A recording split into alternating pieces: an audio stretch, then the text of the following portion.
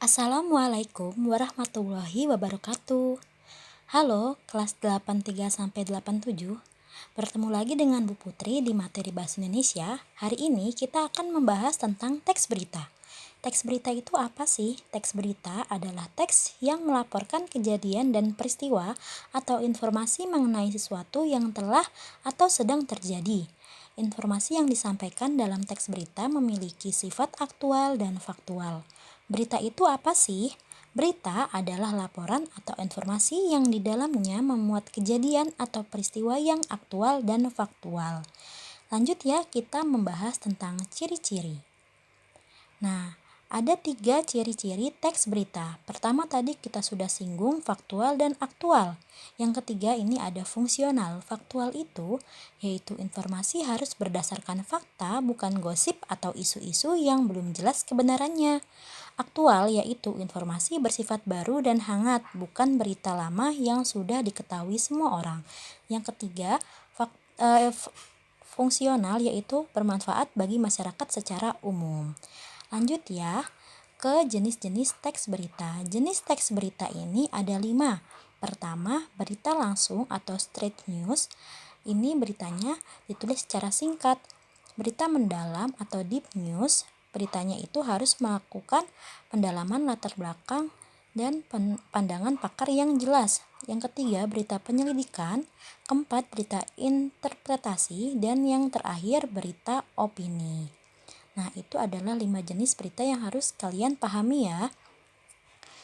Lanjut ke simpulan dan tanggapan. Nah, simpulan ini kita harus paham unsur-unsur berita. Unsur-unsur berita itu apa saja sih? Ada adik simbah, singkatan dari ada apa, di mana, kapan, siapa, mengapa, dan bagaimana. Nah, itu harus kita pahami. Jadi, dalam menyimpulkan kita harus mencatat unsur-unsur itu lalu membuat kesimpulan berdasarkan unsur-unsur beritanya.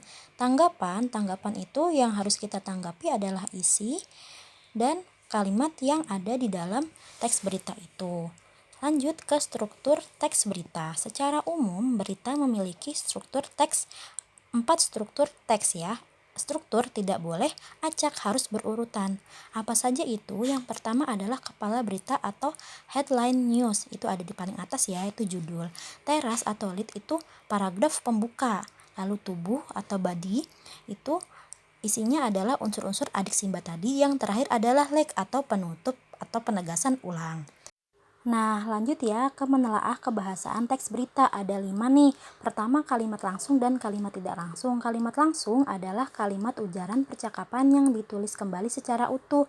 Langsung terlihat ada ciri-cirinya, yaitu ada tanda kutip. Kebalikan kalimat langsung adalah kalimat tidak langsung, kalimat yang telah dibahasakan kembali tanpa mengurangi intinya. Kedua, menggunakan kalimat kerja mental, yaitu dia menerangkan aktivitas menginderai, berpikir, atau merasa. Misalnya contohnya adalah melihat, mengerti, khawatir. Yang ketiga, konjungsi temporal. Keempat, keterangan waktu. Dan kelima adalah bahasa baku. Dia menggunakan bahasa baku ya. Nah, langkah-langkah menulis berita itu ada 4 poin penting. Yang pertama, memilih peristiwa atau kejadian terbaru atau terkini. Kedua, mengumpulkan informasi yang mendukung. Ketiga, menyusun kerangka berita. Itu menyusun dari yang sudah kamu pilih tadi, informasi-informasinya disusun lalu dikembangkan menjadi cerita yang faktual dan aktual, menjadi sebuah berita yang utuh. Kemudian setelah kalian bisa menyimpulkan, barulah kalian menentukan judul beritanya. Sekian materi hari ini. Assalamualaikum warahmatullahi wabarakatuh.